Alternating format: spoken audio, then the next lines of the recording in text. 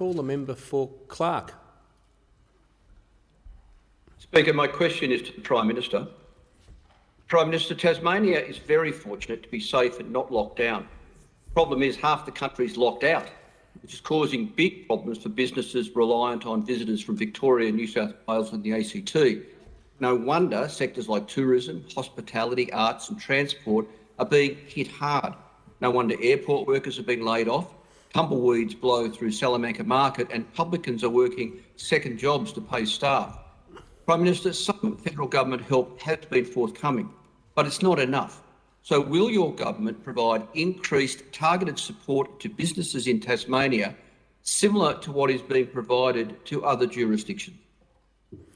The Prime Minister has the call. Mr Speaker, and I thank the member for the question, and the Treasurer will add further to the answer, as he's done a sensational job working with all state treasurers to ensure we're delivering record levels of support, including in states that have not had to go through the significant lockdowns that we've seen in New South Wales and the ACT and Victoria, and from time to time in Queensland in South Australia. Indeed, Tasmania has done an outstanding job, and I commend Premier Gutwin for the great job he's been doing with his government throughout the COVID pandemic, Mr Speaker. And I'm pleased to advise the House that he's in much better health and will be returning to work soon. I understand he may be there already, Mr Speaker, and in my engagement with him over the last few days, and I thank members for their interest and concern in the Premier's well-being. But, Mr Speaker, what is the most important thing that can happen in Tasmania to ensure tourism businesses, to ensure orchards and other agricultural producers can access the workers that they need to progress their businesses, and for hospitality venues to get their staff back, and all of those things, Mr Speaker, is the support for the National Plan. And I want to thank Premier Gutwin for his support for the National Plan, despite there being very low levels of COVID and virtually no levels of COVID in Tasmania.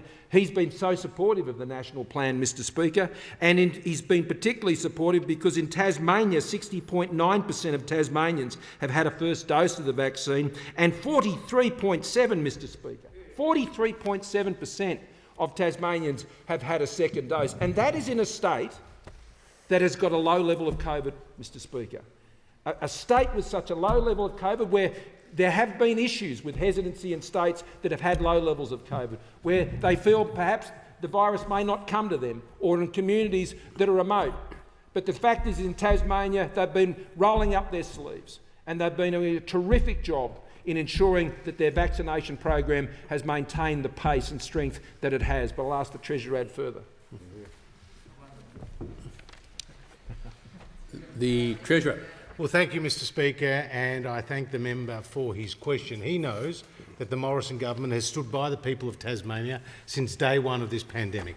Indeed, more than $2.8 billion has gone from the federal government to the people of Tasmania, helping to drive their unemployment rate down to 4.5% today. Now, Mr Speaker, we have partnered with the Gutwin government on a specific plan to support businesses in Tasmania with grants of up to $10,000. And I can confirm to the House that already 400 businesses in Tasmania across a range of sectors have received those grants of up to $10,000.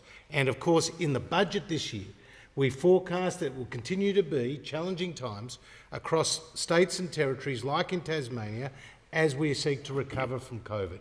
And that's why we put in place in the budget a range of measures, whether it was the tax relief. We saw nearly $4 billion in the June quarter go to Australian households, including those in Tasmania, our infrastructure projects and a range of other support measures.